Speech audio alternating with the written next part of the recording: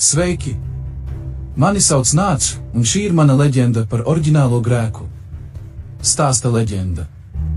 Augstā ziemas dienā Halconero staigāja pa mežu, bet tajā rītā viņš jutās ar smagu nastu sirdī, un viņš varēja just dvēseli savās lūpās plaisušās no sniega.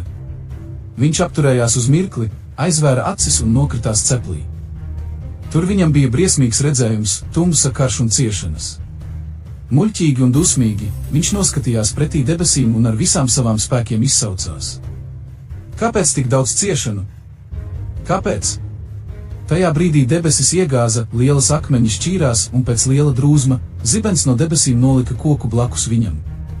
Dūmu un pusmērklu vidū parādījās čūska, kuras krāsa bija kā saule. Tā stāvēja pretī viņam un, skatoties viņam acīs, runāja. Meklē šajā vecajā apdedzinātajā koka stumbra, un tu atradīsi atbildi. Pēc tam tā pazuda starp krūmiem. Ļoti ietekmēts no čūskas vārdiem, vīrietis varēja domāt tikai par noslēpumu, kas slēpts šajā koka, ko izvēlējās zibens. Steidzies, viņš sāka izstrādāt to nokritušo koku, runājot pašam sev. Patiesība iznāks gaisā. Un tā, lēnām koks sāka zīmēt koka sievietes figūru ar paceltu roku čūskas formā. Viņš nevarēja ticēt. Ēva un Edena dārza čūska. Vecākais grēks bija atbilde. Sieviete un kārdinājums vienojoties uz visiem laikiem zemē skaistumā. Halconero katru dienu abrīnoja savas skulptūras dievišķo skaistumu, bet uz ko viņam tas kalpoja?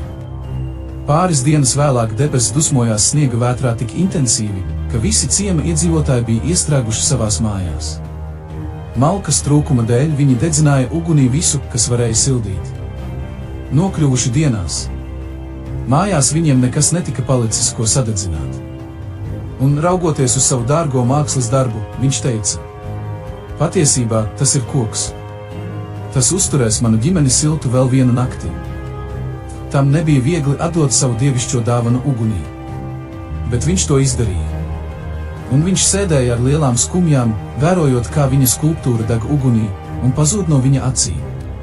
Pēc kāda laika cilvēks bija pārsteigts, atklājot, ka viņa koka figūra nerūsē. Tā lēnām griezās starp liesmām un radīja tik spēcīgu un pastāvīgu siltumu, ka izkaudēja visu sniegu kalnā. Tad Halcons, iedvesmots no dievišķa un dzīvnieciska instinkta, lēca un aizķēra skulptūru pa čūskas galvu, izglābjot brīnumu, kas glāba ciemu. Viņš paskatījās uz savu saimnieku un ar galvu piekrita, lai viņš viņu sekotu. Lidojot ar savām stiprajām nagām, viņš nesa figūru līdz templim un ar lielu uzmanību to nolika uz ofrendes altāra.